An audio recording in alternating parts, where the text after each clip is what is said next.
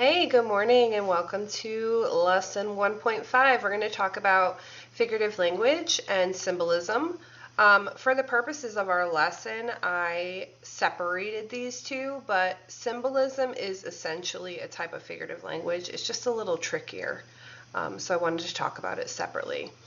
For this lesson, we're going to explain the function of figurative language and symbolism in text. And we're going to go over these three sort of specific objectives. We're going to talk about and describe comparisons that are being made in a text. We're going to talk about specific writing techniques that different writers use to enhance our reading experience.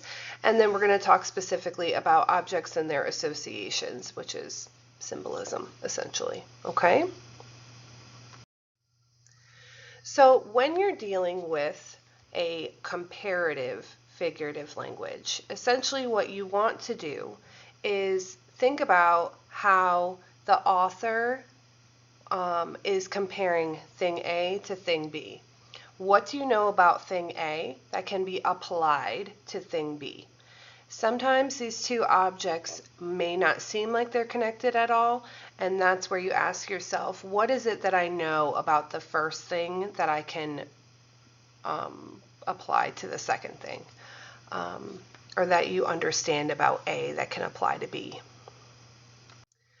So here I'm going to go over a couple of different types of figurative language that would be considered comparisons. So metaphors, they make an unspoken, obscure, or hidden comparison between two things. Oftentimes those two things seem like they're unrelated. But they, oh man, my video is blocking it. Hold on, there we go. But they do share some sort of common characteristic.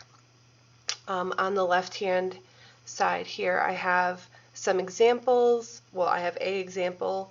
This is from The Hate You Give by Angie Thomas. It says, "To every kid in all the gardens of the world, your voices matter, your dreams matter, your lives matter.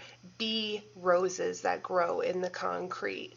Okay? So she wants us as people to be roses that grow from the concrete. This is actually both a metaphor and an allusion. This is not her quote here. This is a quote from a poem written by Tupac.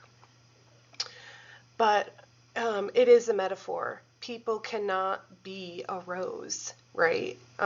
But essentially what this metaphor is saying, that she wants us to be resilient.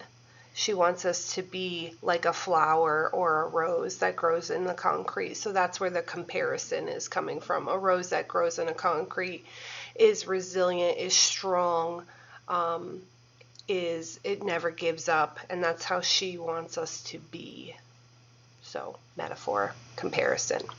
Simile is also a comparison. I think it's a lot easier than a metaphor because you're always looking for those words like or as. It's showing similarities between two things. So if we look at the example, it says, "The poems were cool. The best ones were like bombs." This is a simile. "And when all the right words came together, it was like an explosion." So we have two similes in this one example here. So what they want us to do is compare poems to bombs. And how are we doing that? It says when all the right words came together, it was like an explosion. Okay, so that's the sort of end result of this simile. We have personification. This is when you give something that's non-human a human characteristic. Okay, so in our example here, we have this flesh that weeps, flesh that laughs, flesh that dances on bare feet in grass. Okay, flesh is skin, essentially, and skin cannot weep, laugh, or dance on bare feet. Okay, it doesn't do those things. It's not living like a human. But the author wants us to compare what we know about these three things, weeping, laughing, and dancing, to skin. And if we had the full, this is from Toni Morrison's novel Beloved. If we had the full book at our disposal, we would have a lot more context to make this comparison. But that's essentially what she wants us to do, is compare these three human attributes, weeping, laughing, and dancing, to our flesh, our skin. Irony can be a little tricky. Basically, it's not really a comparison, it's more of a contrast. And in this contrast, most of the time, it's our expectations versus reality. So we might expect one thing, but in reality, it's different. Other types of contrast can be a difference between what is said and what is meant. And it could also be what you as the reader know versus what the characters know. So if you know something that's going to happen in the book, or if you have knowledge of something that already happened and a character doesn't, that's ironic. Okay? In our example here, it says, sometimes I feel discriminated against, but it does not make me angry. And that's something that we would expect. If you're being discriminated against, we would expect anger. But Zora Neale Hurston goes on to say, it merely astonishes me. How can any deny themselves the pleasure of my company? It's beyond me. Okay? So this is the irony between our expectation and the actual reality. The reality of it is she thinks that she's a pleasure to be around, which is true, most likely, that she's an absolute joy. And it makes her feel astonished that no one would want to be around her simply because she's black. Instead of feeling angry about that, she feels surprised or astonished. And that's ironic. A paradox is something that is absurd or self-contradictory, meaning it doesn't make sense. A paradox is something that doesn't make sense, but when you really think about it, it is obviously true.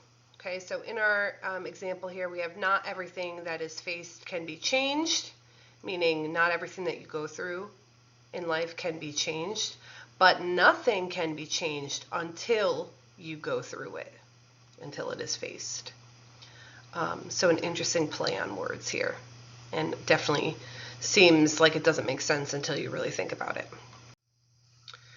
Okay, now the next part here, we have some writing techniques. These are also considered figurative language, but this is more or less like style choices that the author makes rather than comparisons. Okay, so we have allusion.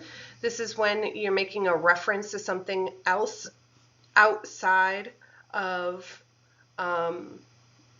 what you're writing. In this case, he says, I sit with Shakespeare and he winces not. I summon Aristotle and Aurelius, and they come all graciously with no scorn nor condescension. So, wed with truth, I dwell above the veil. Okay, we have these allusions to Shakespeare, Aristotle, and Aurelius. These are, and I don't know what this allusion is, but if I were to look it up, I guarantee you this is a quote from something else.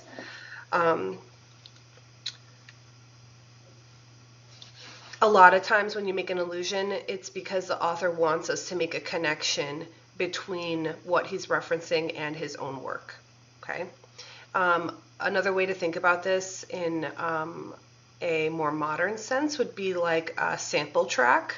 So a lot of times in music, an artist might sample a track from another artist, and that could be an allusion to this other artist's work, making a connection between those two artists. Parallelism, it can be things that are grammatically the same. It could be similar in sound, meaning. It could be the repetition of sounds, the repetition of meaning. It wants, and this sort of emphasizes the relationship. So in our example here, we have Langston Hughes. He says, the night is beautiful, so the faces of my people. The stars are beautiful, so the eyes of my people. Beautiful also is the sun. Beautiful also are the souls. Okay, so you see what he's doing here? I'm like marking it so you guys can see how these things are parallel. of my people.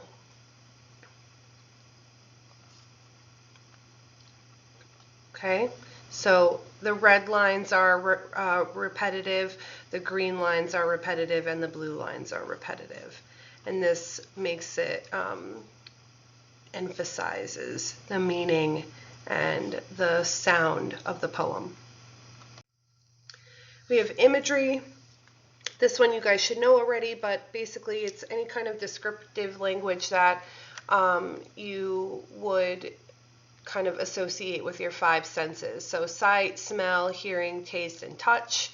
A lot of times the go-to is an image in your head, but it's also something, like I said, that you can hear. We've been doing a lot of like auditory imagery in our poems because they're so related to jazz. It could be something that you taste or smell. All of that would be considered imagery. Onomatopoeia, we've worked with that as well in some of our poems. These are words that mimic the sound or that sound like the word itself. So in our example here, we have the word murmur, and that literally sounds like you're murmuring, like you're softly whispering. So when we're talking about making comparisons, when you're dealing with a simile or a metaphor or a personification, here is how I want you to think about it. You're going to first identify, okay, whatever it is. You know that it's a figurative language and you know that this type of figurative language compares. The next step is make your associations. What are the same about these two things? What do I know about thing A? How can thing A, how can all of these things that I associate with the first thing be applied to the second thing? And then I want you to think about all of those associations in terms of the text. What is the text saying explicitly? What is the tone? What is the mood? What is the theme of the text? And how can all these associations connect to the text? And finally, by combining all of these things together, that will give you meaning. Now, meaning doesn't necessarily mean that you've reached the right answer or the right conclusion or even what the author meant. A lot of times, especially in poetry, we don't know what the author meant because maybe they're not living or maybe they're unwilling to share that information. It might be private. So deriving meaning is an extremely personal objective for each one of you. And when I say that there are no right or wrong answers, I truly mean it because our associations, what we think about when we interpret these words, are going to be entirely different depending on who you are as a person and what your personal experience has been in your life. So I might make associations that are different from yours. Neither one of those associations are wrong. They all lend to meaning. That is why I enjoy reading and literature and poetry so much, because I love talking about and understanding other people's connections to a text that are different from my connections to a text. And the only thing that you have to be able to do is use evidence to explain how you drew that meaning from the text. So essentially explaining the associations and the text connections. Okay? Now, symbolism, like I said, is still a part of figurative language, but it's a little bit different. A symbol is an object or an icon, and an icon can be like a picture or I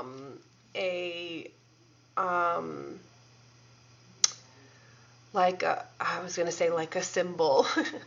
I think a good example would be like in the Hunger Games, even if you haven't read the books, but in the movies, they use the symbol of the bird to represent sort of the uprising, and that would have been an icon. It's not a real object. It was like a picture representation of the bird, and that symbolized the uprising. And these symbols are something that you're going to see over and over and over in the text. It's going to keep coming back. It's not going to be a one-time thing that you're going to see a symbol and then it's going to be gone. And these symbols have a deeper significant meaning, okay? They are used as both what they are and what they represent in the text. So like I said, the bird symbol in the Hunger Games was obviously a symbol of what the bird is and what it can do. It was a jabberjay, I believe. It could like repeat things, it could send messages and stuff like that. And when Katniss won the Hunger Games, she herself sent a message to the world that she was going to kind of rebel against the corrupt government. And that is how it became this symbol or object or icon of the rebellion movement in the movie. Now, thinking about how we think about symbols. We have an object, and this object is going to be something that we see frequently in a text. And then I want you to think about how the narrator or the characters interact with this object. Okay, what are they doing with it? How does it function? Are they hunting it? Are they looking for it? However it connects to the narrator or the characters. And then I want you to think about how this object, what different types of representations does it have? Like I said, I talked you through the bird, right? The bird itself is a jabberjay. A jabberjay sends messages. It repeats words. And all of that, once you come together, now we think about how this jabberjay and Katniss are connected through the representation. Katniss is sending a message to the government, just like the jabberjay represents a messenger. And then we find that connection to meaning, right? That Katniss is very much being used in a similar way, and that's sort of why it's the symbol of rebellion. Some questions to consider when you're analyzing symbolism and, in a larger sense, figurative language. I'm not going to go through them all, but you feel free to pause and read through them. These are just things that you can ask yourself when you're trying to analyze figurative language overall.